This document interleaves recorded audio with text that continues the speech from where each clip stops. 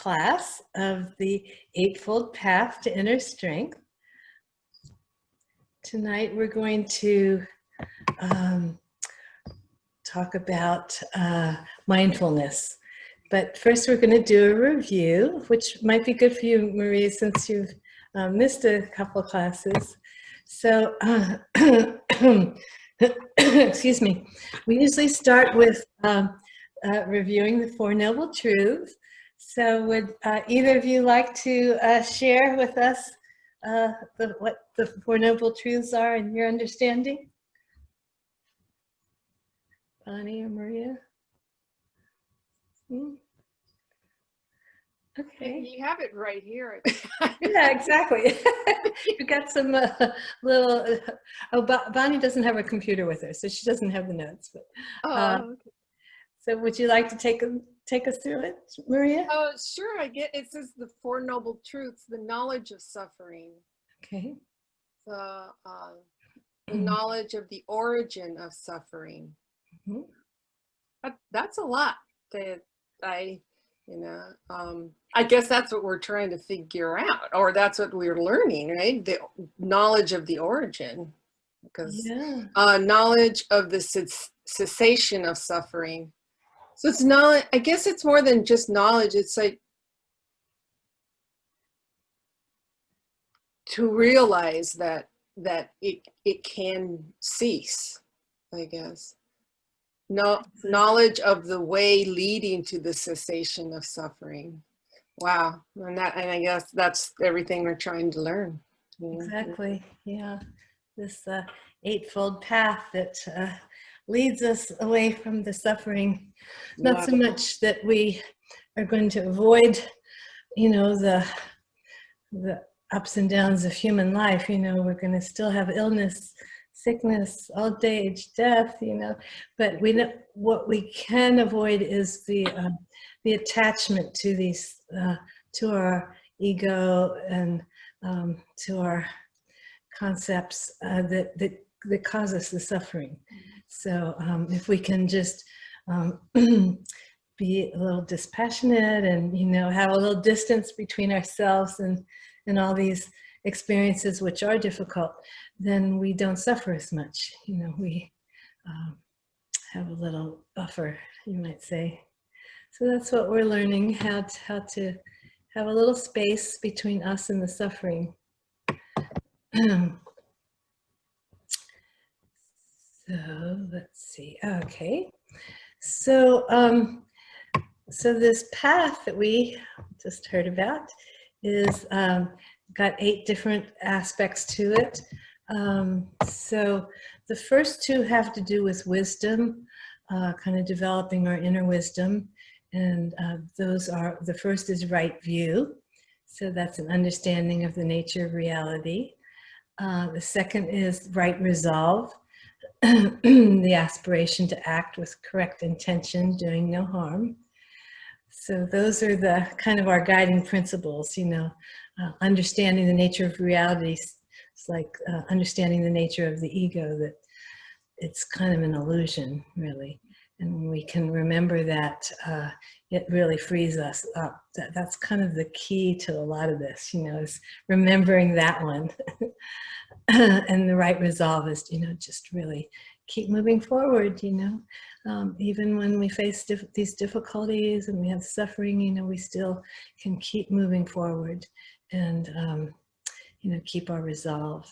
So that's a big part of this too, that we don't give up too easily. It's like, yeah, this can be hard work, but it's worth it. It brings rewards that are really worth it. And then the next 3 have to do with ethical conduct, and these are things that just keep our karma good. They keep our our actions in the world positive, which makes kind of a positive feedback loop for us. So those are right speech, so avoiding lying and harsh speech and idle speech, things like that. right action, so not killing, not stealing, not engaging in sexual misconduct, you know, just those basic kind of 10 commandment kind of things that all religions have. And then right livelihood. So making an ethical living. So in the way we've chosen, you know, not a living that's based on, you know, selling weapons or killing animals, things like that. And also acting with, in an ethical way in our business dealings, no matter what kind of business we're in. And so then the next three are mental discipline, so samadhis. So right effort, we talked about that last week, acting with skillful thoughts, words, and deeds. And right mindfulness is what we're going to focus on tonight. So that's being mindful of one's body, feelings, and thoughts. And then the last one we'll do next week is right concentration. So that's practicing skillful meditation. So these last two are both meditation, but mindfulness is a little more the awareness aspect of meditation. You know, we're just very aware of our senses, our feelings, our surroundings. And then concentration is the really focusing of the mind. So this we'll be exploring in more detail this week and next week. So then just to review, in a little more depth, we've got right view. And Maria, if you want to go over any of these with us, you're welcome to. Would you like to do right view?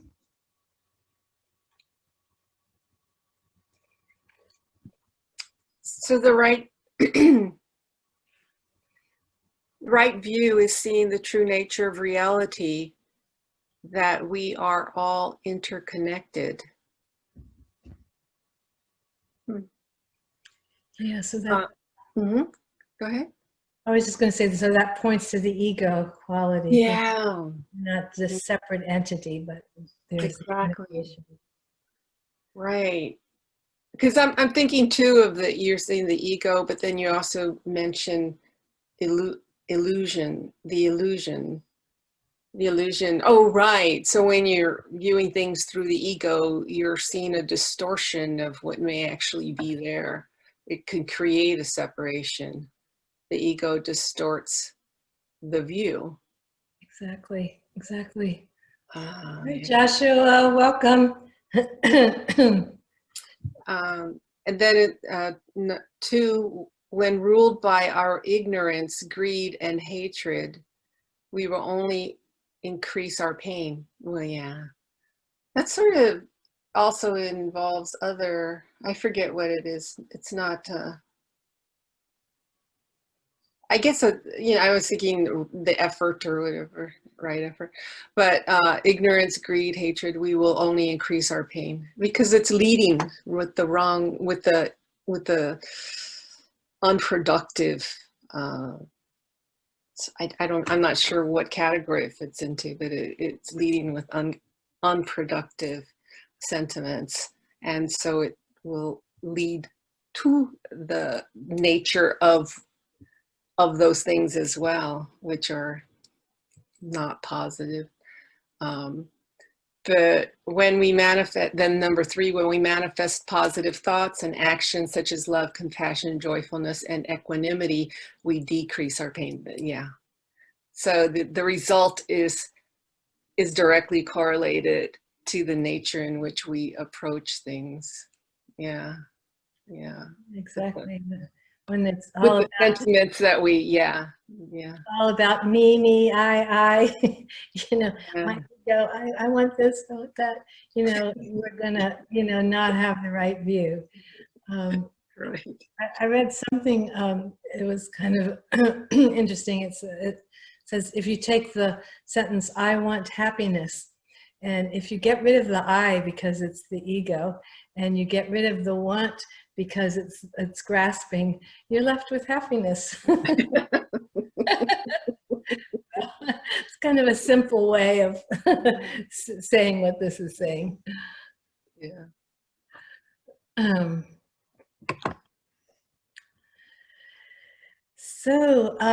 Then the next one is right resolve. Joshua, we're just doing a review, and if you'd like to lead us through any of these, you're welcome to.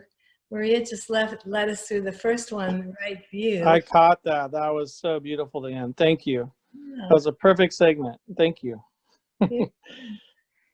Would you like to lead us through right resolve?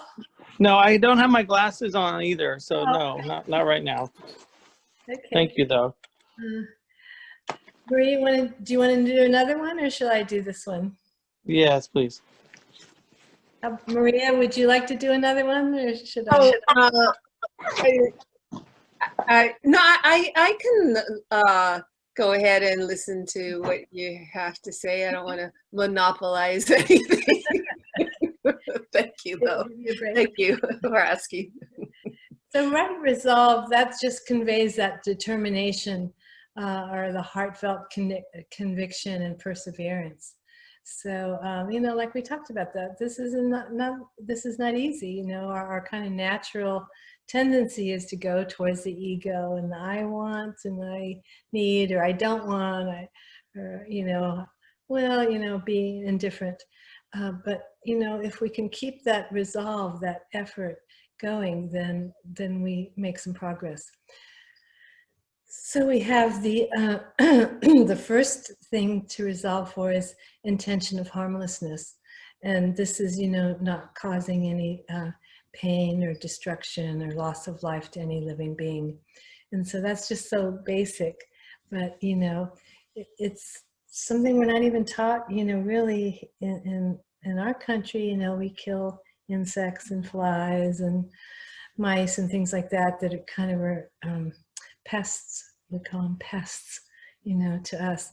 But really, these are beings, you know, with consciousness and feelings, and so it's really important. This is one of the most important things, is to really make a resolve not to harm any beings. Welcome, Teresa. Nice to have you back. We're just kind of going through a review now of the these 8 aspects of the path, and we're on the second one, right resolve. And then the next is intention of non-ill will. So giving up any angry, punishing reactions towards others, people, animals, and plants. I like the plants one.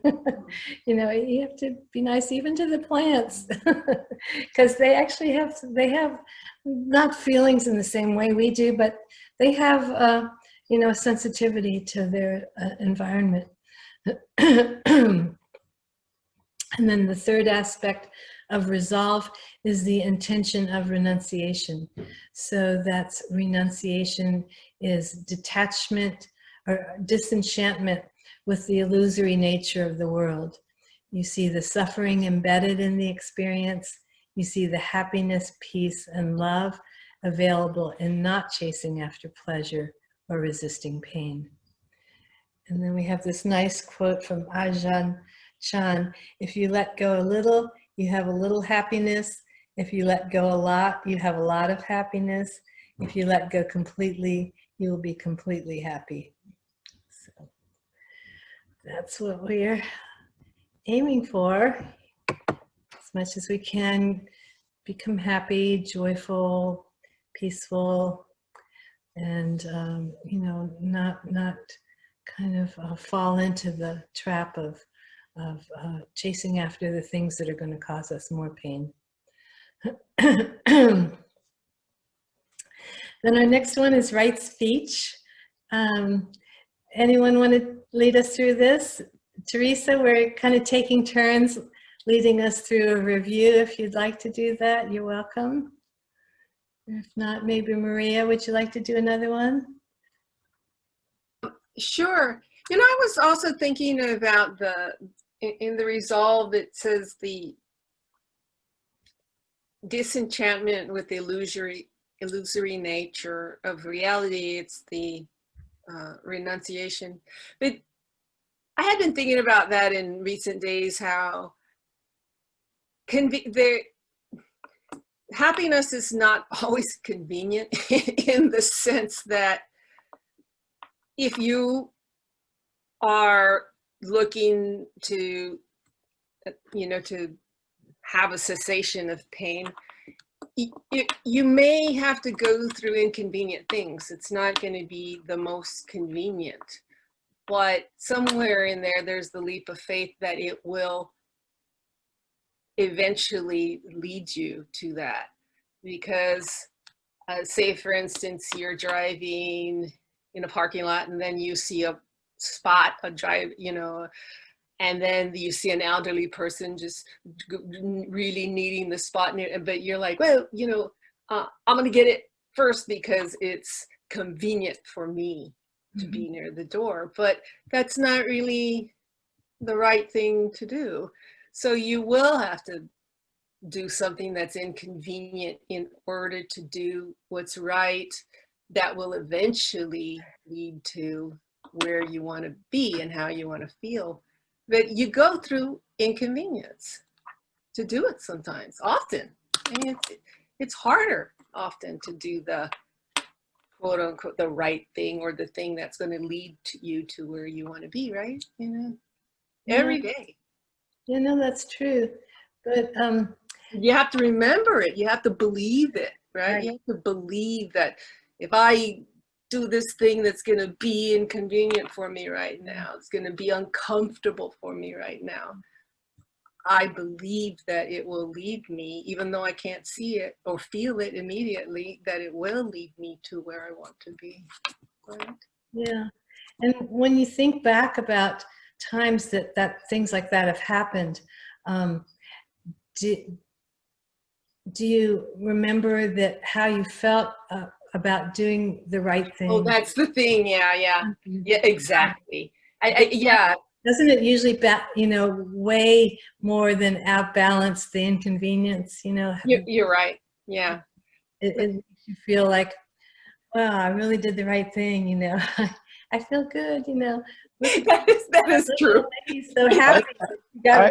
I think of that, you guys, when this is Josh. When I was a kid, I'd go see my grandparents, and I would go, "Oh my God, I have to go see my grandparents. They're gonna talk, and there's gonna be a long story about something, and then you're in the middle of the story, and you're going, wow, this is great, and then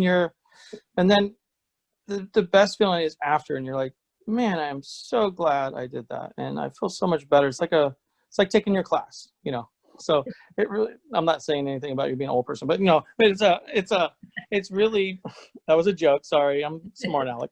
But it's really, it's one of those that you really just feel refreshed in that you did something good. It's like your parking spot. It really is. It really is a lot like that. If you go out of the way, and you have to remind yourself, I guess, right? So, that's the thing to do, constantly remind yourself.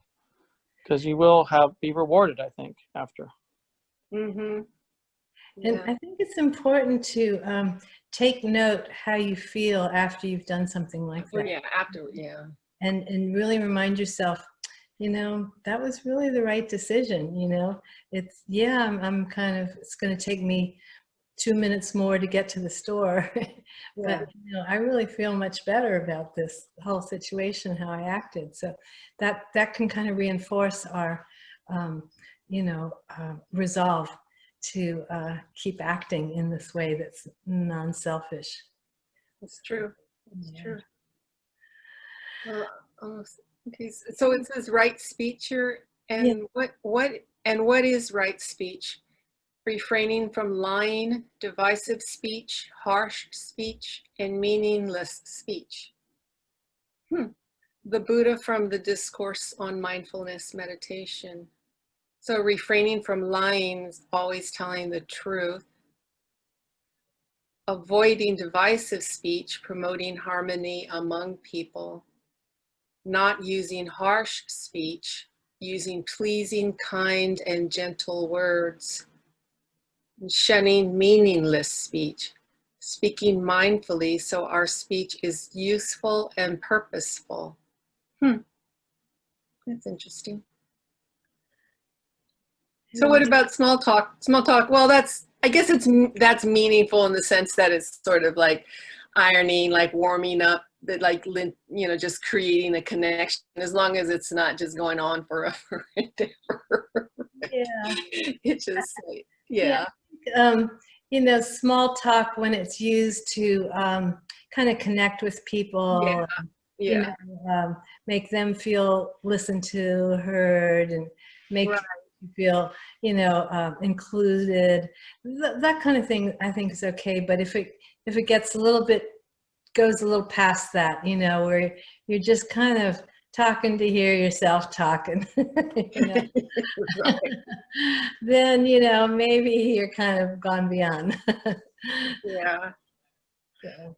But that not using harsh speech too, as we get into this more and more, it's just, I do notice that, and I think a lot of people do notice that words have vibrations, right? And a lot of times, it is possible to say something from the positive approach versus a negative approach. Like maybe, I can't even think of an example. Instead of using no, I don't do that, you could, I don't, rather than saying, I do it differently, like, I don't do it that way. It's like a don't, and that has a charge on it. Rather than saying, oh, I do that differently. It's different because it's do instead of don't, in case, like, there's almost like a flip side of almost every and not, no, whatever word. It's kind of interesting. They do have vibrations. Yeah. And I think often it's kind of very apparent when you're working with children too, that if you present things in a little more positive light, it's like, oh, this is the way we do that, let me show you a better way to do that, rather than saying, no, that's not the right way to do that. Right. Because then you just kind of kill their enthusiasm.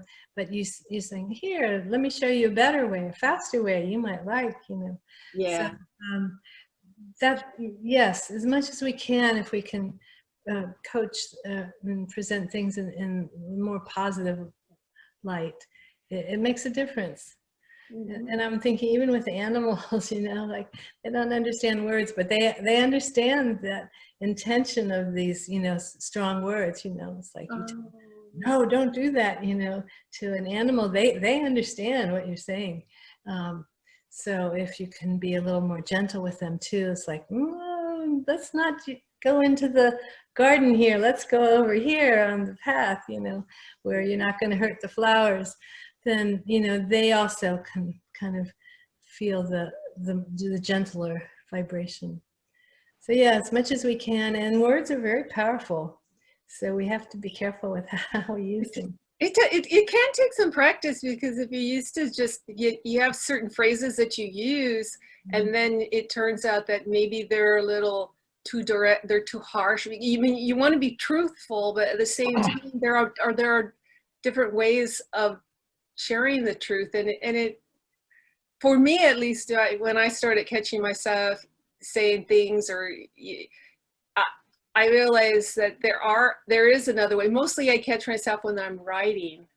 I don't know if I'm practicing to catch myself when I'm speaking, but there are various ways to say anything, really. And you kind of practice, you need to practice new ways if your old ways are maybe too harsh or too direct or something. Yeah.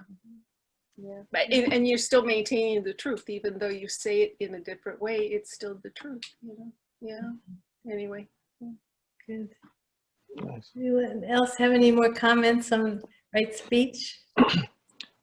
There's one thing I isn't kind of covered in today's world, and that is when you send an email or you send a text, and it turns out kind of like what you guys were saying. It turns out to sound harsh. The context is taken out of context, or what you say maybe is translated wrong, or it comes out. I've been caught in that, and it's almost, don't say it if you don't, don't send it. It just seems like without your tone and without your presence, things can get misinterpreted even more harshly or more incorrectly. So that's one thing that I've continually had to help myself with. And then on the other flam is like the Zoom calls, right? Everybody's on Zoom calls like we're doing now. And it's easy to not know when someone's finished talking, or and it's harder because you can't hear each other, and there's always people with bad connections and things like that. So then it's even more important to, like you just said, does anybody have anything else? Like maybe wait for that call out before you start talking, So, you get excited, you want to contribute or want to help or want to be part of it, or, and you get caught up in that minutia, but it's, it's much nicer to listen and be heard, I guess. But yeah, I'm always working on that. I don't know. Yeah, no, that's a good point. And especially nowadays, a lot of our speech or words are conveyed through emails or written form rather than spoken. So, and I noticed with emails too, you have to be very careful more careful what you say, because it could get forwarded to all kinds of people, So I'm always, I've done this before where I've said something in an email that was really, shouldn't have been passed along, but it did get passed along. So then after that, I thought, well, I'm going to be really careful with what I say now, because you never know how it's going to be used. So yes, something we need to be careful about. So right action, anyone want to lead us through right action?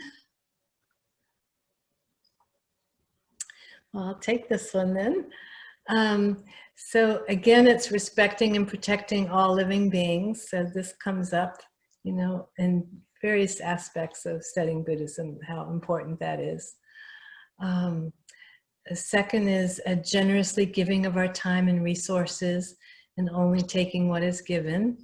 So, just not being miserly with our time or our resources, just being as generous as we can.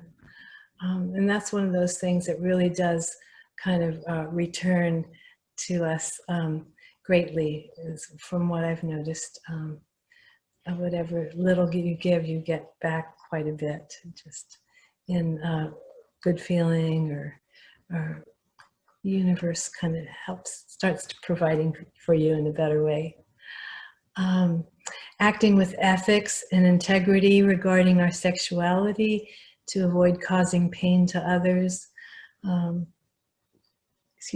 That's one of the things we can do that can be most hurtful to other beings, especially those we love, So it's something we should really just guard against as much as we can. Using truthful and kind speech and deep listening. So again, that's kind of part of the speech, but it's also part of the action section. And the fifth is nourishing ourselves with wholesome food and drinks, and avoiding intoxication that can lead to harm to ourselves and others. So just, avoiding intoxicants to the point of intoxication. So just, because that can lead to so many problems. We can fall and hurt ourselves. We can drive drunk and, cause terrible damage to ourselves and others. We can say and do things that we wouldn't normally do. So yeah, it's just kind of a good way to protect things, is just be careful about that one. Anybody have any comments on right action?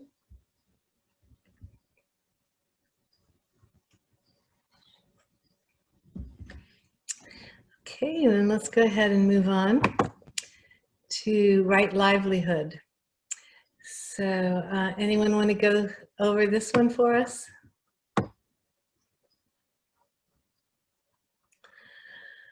Right, well, I can do this one. So 5 trades should not be taken up. Trading in weapons, living beings, meat, intoxicants, poisons. Buddhism teaches us to make earnest efforts in things we do, but our actions should not be mixed with desire. They should be performed with the aim of letting go and realizing non-attachment.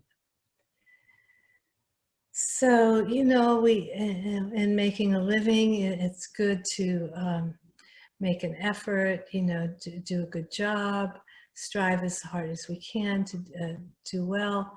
But we don't want to have our ego too mixed up with it if we can avoid that. So it's just more like, sometimes I think it's like, an apple tree, it grows and in the spring it has blossoms and then it gets leaves and then it gets fruit. And that's the natural way of it expressing itself, is just to bear fruit. And if we can think of our lives in that way, our livelihoods in that way, that, what we're doing is just the natural expression of who we are and why we're here in the world, because we've got some talents or skills to offer, then that's kind of a nice way to, keep from getting our ego too involved with, praise and blame, or, success, failure, things like that. We can kind of stay a little more evenly balanced with all of that. I think I've got one more slide about right livelihood too. Let's see. Oh yeah, these are the 4 things that lead to happiness for a family man or woman. So that means, like, a lay person, not a monk or nun. So the accomplishment of persistent effort, whatever may be the means by which a person earns a living, he or she is skillful and diligent. Accomplishment of protection, the person sets up protection and guard over the wealth acquired. So just taking good care of what you've accomplished. Good friendship, wherever one dwells, one associates with people who are mature, who are of mature virtue and accomplished in faith, moral discipline, generosity, and wisdom. And 4, balanced living. A person knows his or her income and expenditures and leads a balanced life, neither extravagant nor miserly.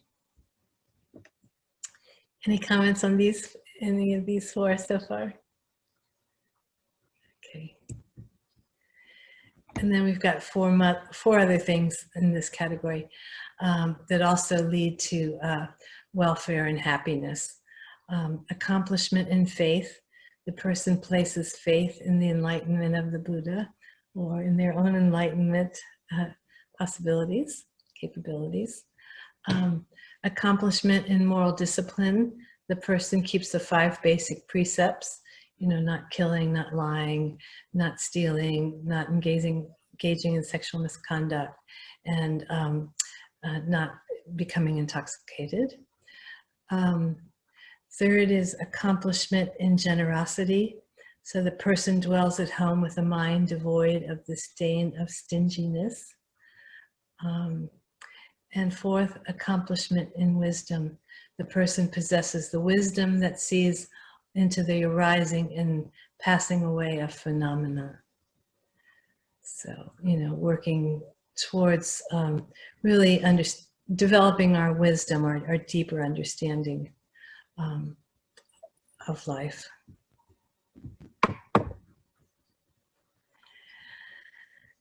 And then right effort, that's what we worked on last week. Anyone want to go through those with us?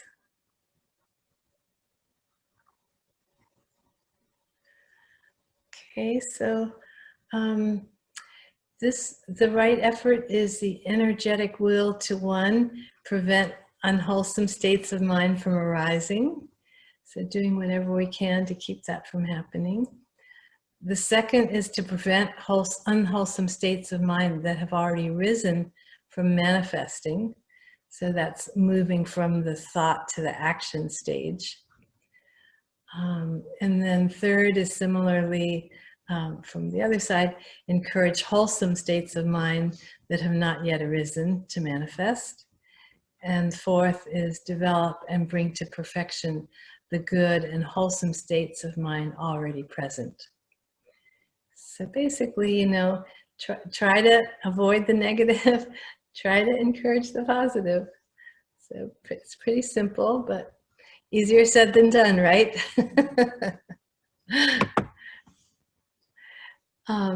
And along these lines, we want to kind of keep in mind the teachings of the middle way. That we've got this nice quote from the Buddha. And what do you think when the strings of your vina, which is like a lute, were neither too taut nor too loose, but tuned to be right on pitch? Was your vina in tune and playable? And the answer is yes, Lord.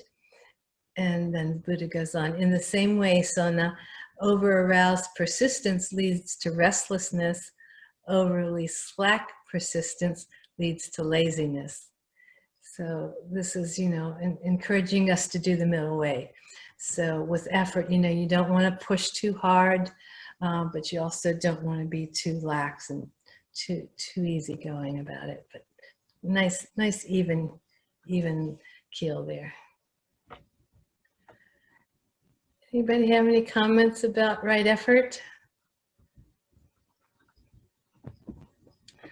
Okay, so then let's go on to right mindfulness.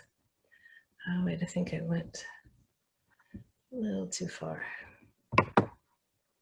Yeah, here we go. So this is a pretty popular word these days, mindfulness. And, you know, it's sometimes used, I think, as a synonym for meditation, or, you know, a way of describing that kind of meditative state that we can develop. But really, I think when we talk about mindfulness, what we're really talking about is awareness. Like, so we get, you know, very in tune with what's going on around us and within us. And from there, we can kind of really go to a deeper place. So our definition is right. Mindfulness is to be diligently aware, mindful, and attentive with regard to these four things. The first is the body.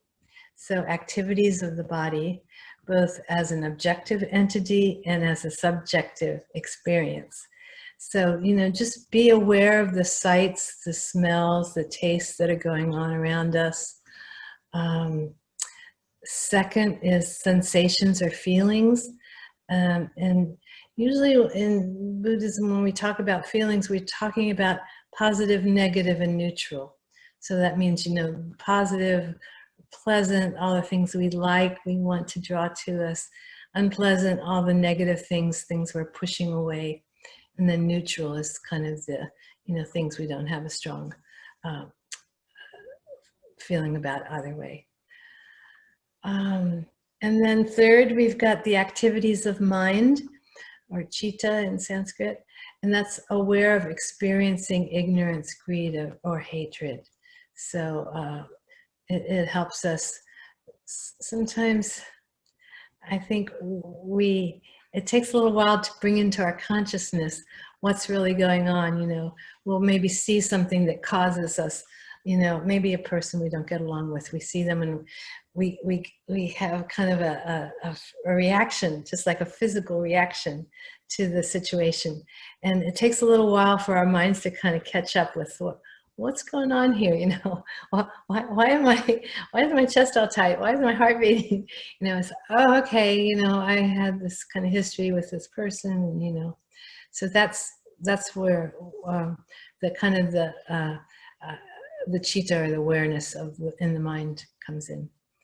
And then the fourth is all the other things that are going on, you know, the ideas, the thoughts, the concepts, the emotions, the desires, images, you know, all that kind of comes later. So we want to try to have mindfulness of all these four levels, you know, the body, the feelings, the mind, and then all the thoughts and everything else.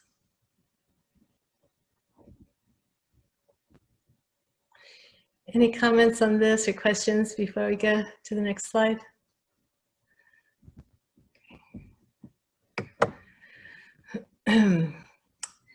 So these are just a couple other thoughts about mindfulness. To be mindful is to be fully present, not lost in daydreams. And I read a nice quote from a Thai monk who said, mostly people are just lost in thought, just lost in thought.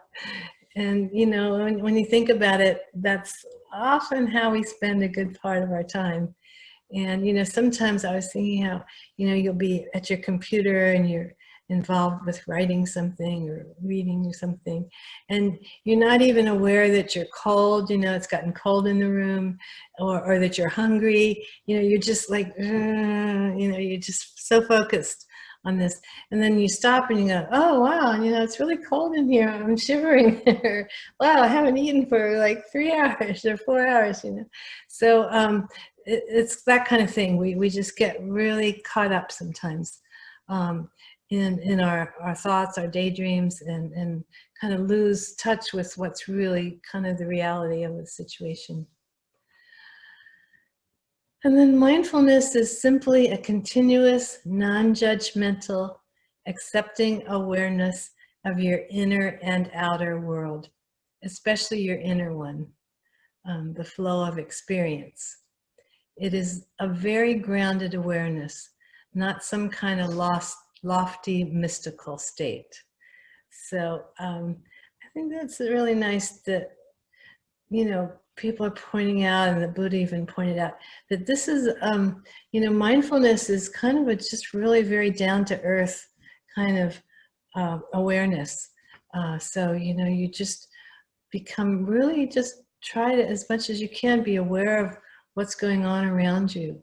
And that really kind of helps you get out of, you know, being stuck in your own ego inside your head, you know, that you get to see what else is really going on in your world. And then another quote here is, meditation practices focuses on developing mindfulness.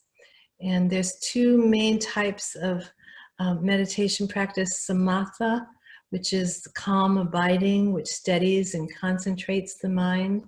And that's a little bit what this mindfulness, I think, is more like, this kind of just calm abiding, this steadiness.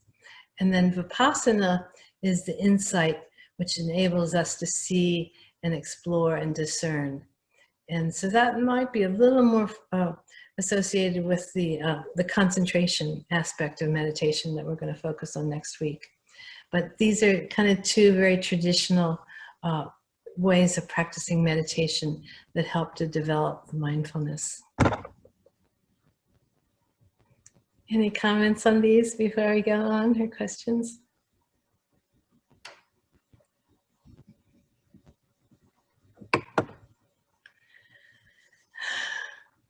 And this is a quote from a wonderful Buddhist practitioner named Dipa Ma, who lived in India. And she was just, you know, a housewife and a grandmother. And, you know, she just, you know, took care of her kids and her grandkids. But she was very aware and, you know, really developed mindfulness.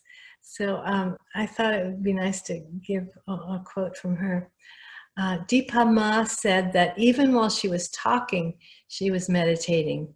Talking, eating, working, thinking about her daughter, playing with her grandson.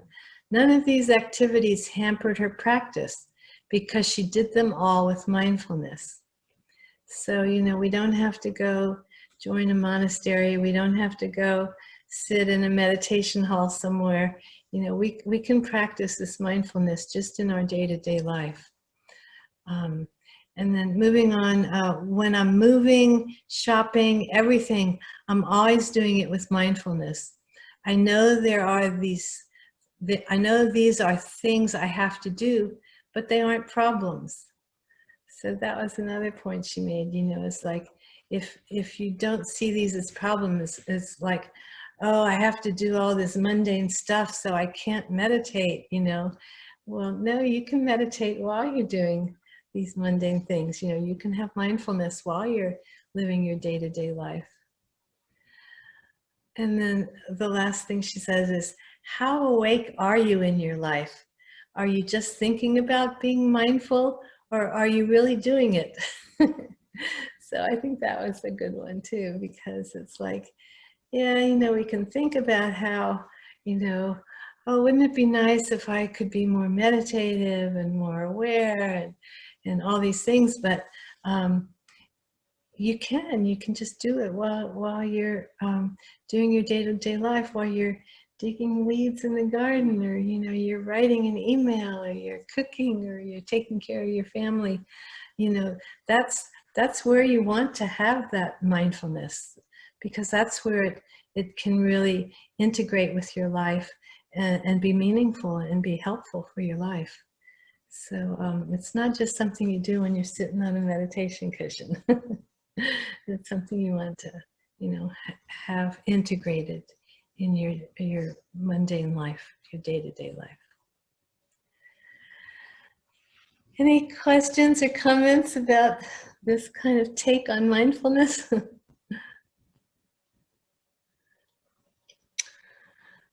Okay, well, it's then time to move on to our Kumne practice.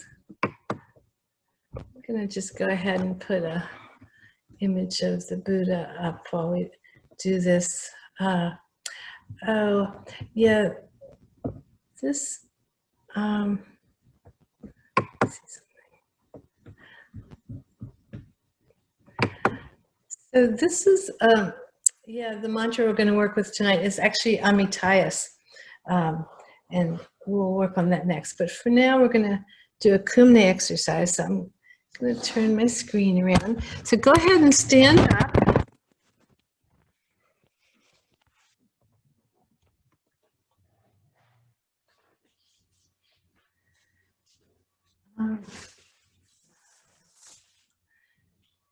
And this exercise is called energizing the lower body.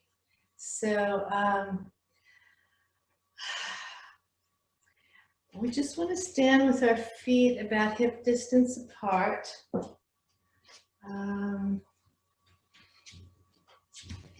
think I'm going to pause the screen sharing, and didn't seem like that happened. So let's see. Just try stopping share. Okay. Is that a little better? And then now you can see me full screen. Okay. Speaker.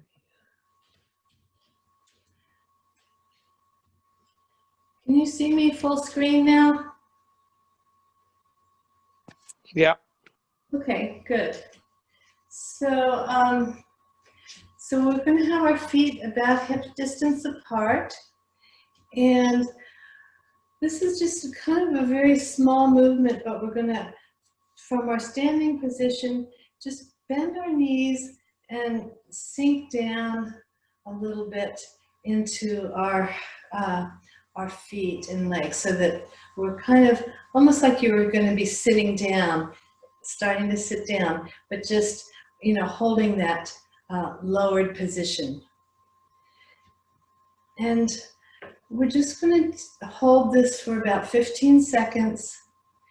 And while we do that, see if you notice the energy coming up from the earth into your feet, coming into your legs, coming into the pelvis area, and rising up through the body. So we're kind of getting in touch with our lower body energy, the energy of the earth. We're letting that kind of energize our whole body, bringing up the strength of the earth and the strength of our lower body, which is in touch with the earth, and bringing that up into the heart level, the throat level, the head level. Just be aware of that energy flowing, kind of strength, a strong inner kind of strength coming up through our body, through our feet, through our legs.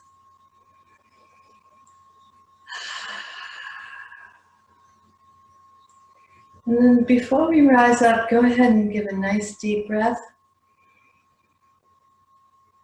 And let the exhale out as we come up.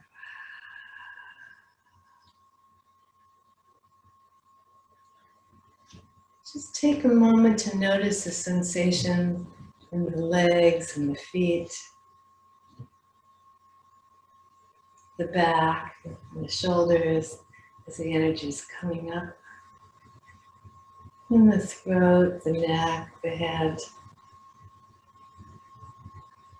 Just notice if there's kind of any difference in the body energy from when we started to now.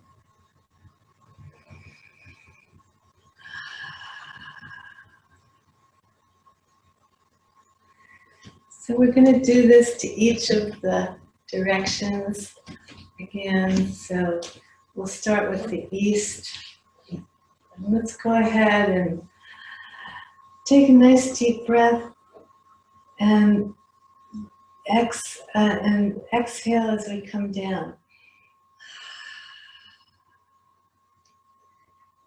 And you'll feel the right place. You know, if you go too far, it's going to be kind of a little painful for your knees or other parts of the body. And if you're not quite low enough, you're not going to feel too much sensation. So you want to just find the right place where you're feeling some sensation, some energy, getting awakened, but not in a place where it's painful at all for your knees or your legs.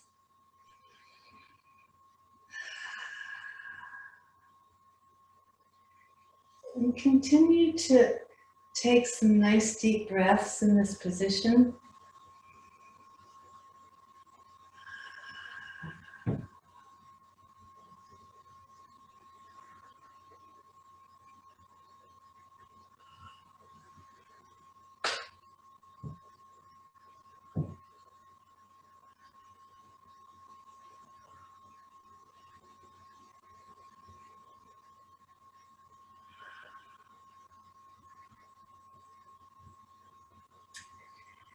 And then when you're ready, take a nice deep breath and exhale it as you rise.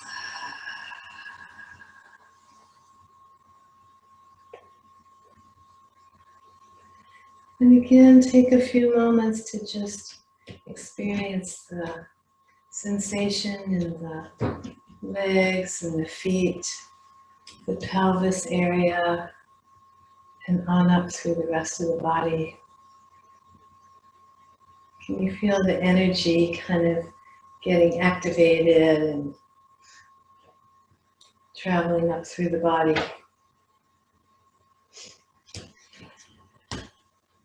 And then let's take one more quarter turn to our right, and we'll be facing the south this time. The south is kind of the very earthy quality. It's the earth element. The color's yellow. So there's kind of a very strong quality to the south. Take a nice deep breath and slowly let it out as we slowly bend down. If you like, you can put your hands kind of on the top of your thighs here to help keep your balance.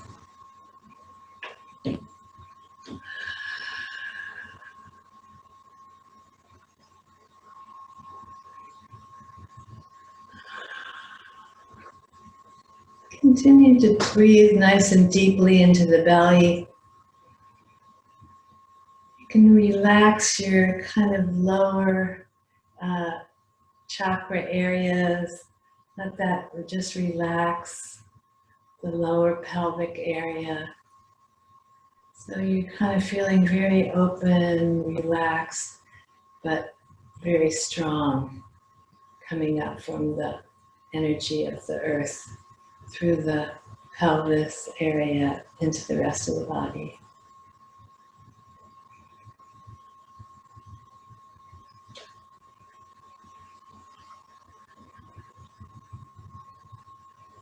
And let's take one more deep breath and slowly let it out as we slowly rise.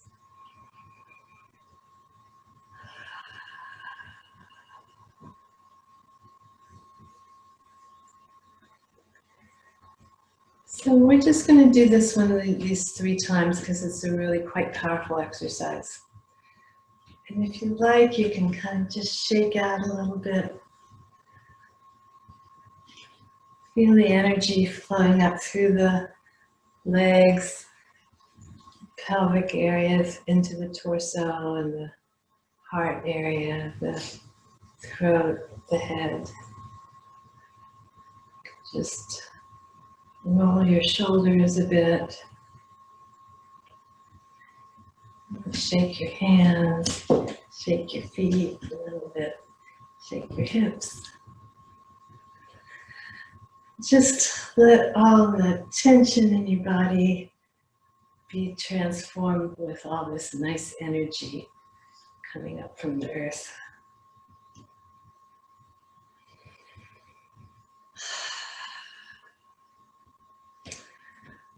All right, so we're going to go ahead and sit down once again.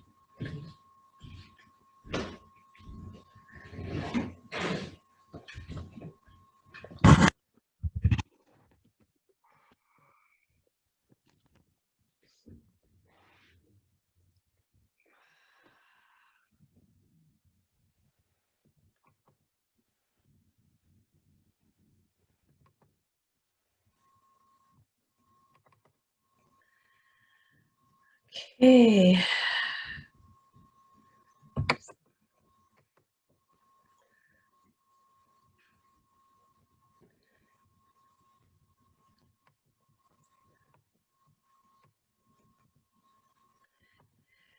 So this is a mantra for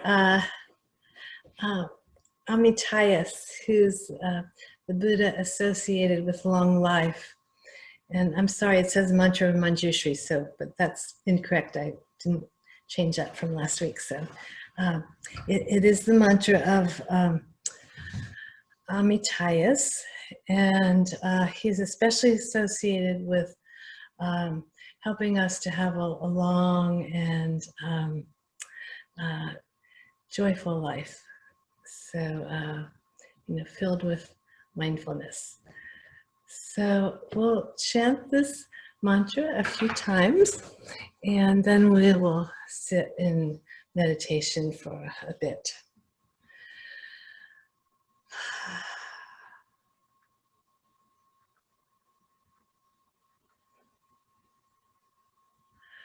Oh, I'm sorry. This is actually the Manjushri mantra.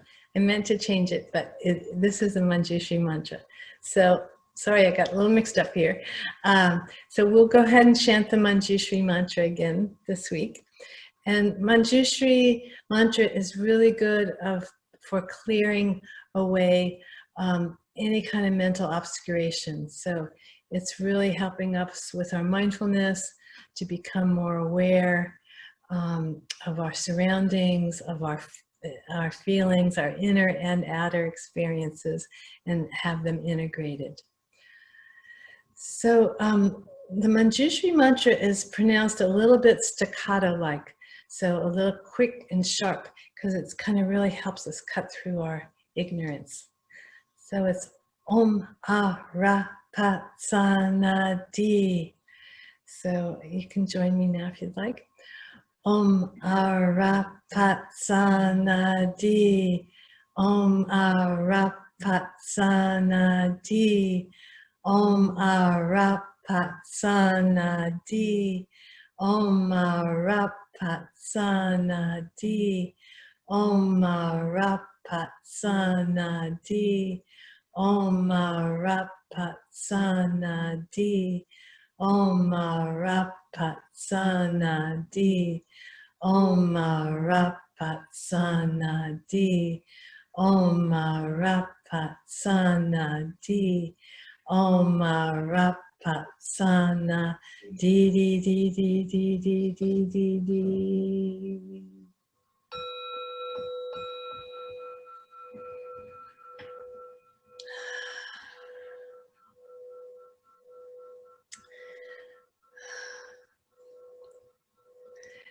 So for our meditation practice, we're going to sit in the 7 gestures posture. So the lower body is forming a nice solid base for us. Either sitting cross-legged on a cushion or on a chair is fine too. Hands are on the knees, which is a meditation position. Arms are relaxed.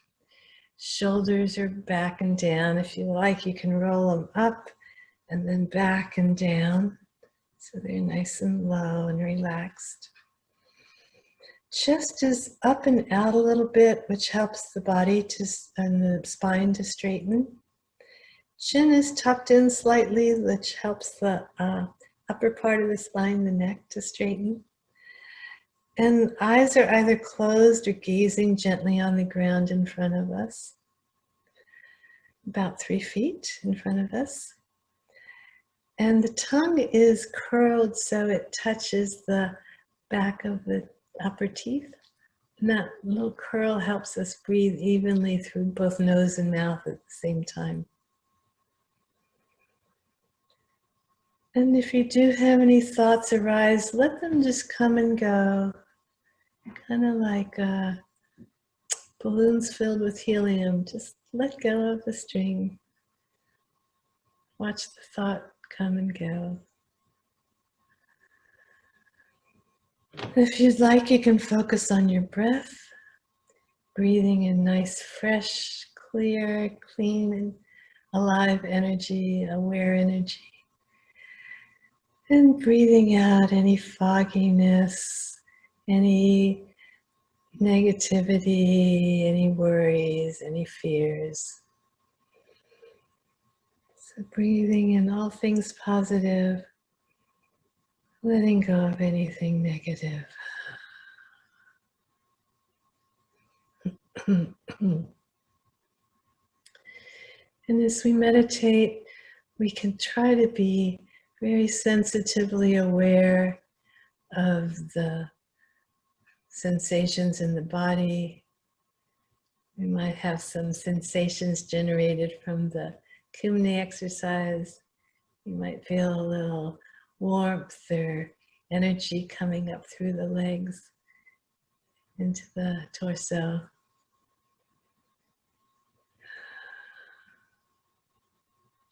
You might feel a little breeze if you've got your window open on this warm day.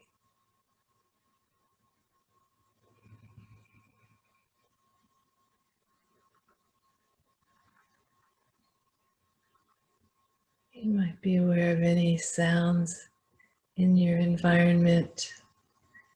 Maybe you can hear some traffic. Maybe you can hear some birds outside. Just be very gently aware of all that's going on within and without around you.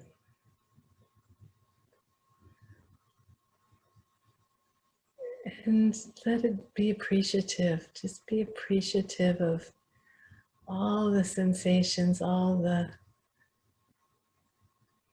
experiences going on within your body, within your mind, within your breath, and outside of that as well, outside of yourself as well.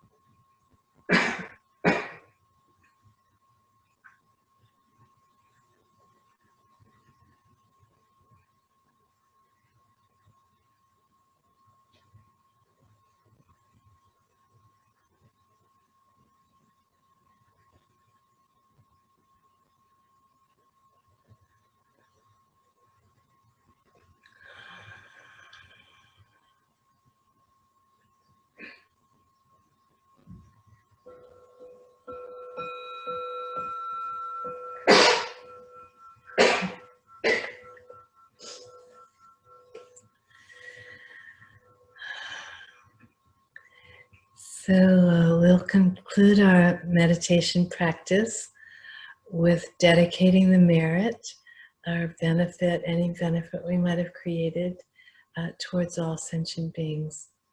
And we can do that by chanting Om Ah Hum 3 times, relating to our body, our speech, and our mind. Om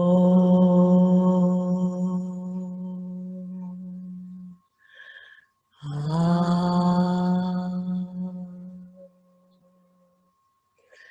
Hum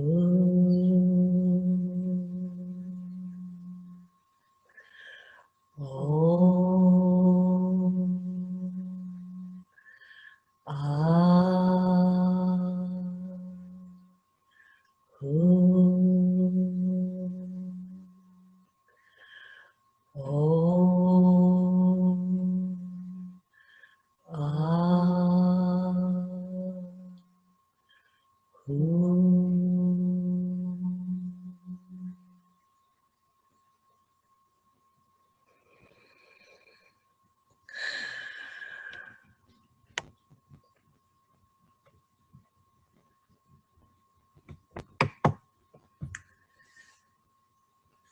Do we have any questions or comments before we finish for the day?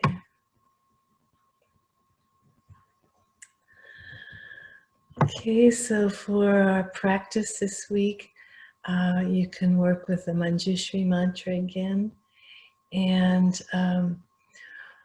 see if you can just integrate your mindfulness practice from your meditation into your daily life as much as possible.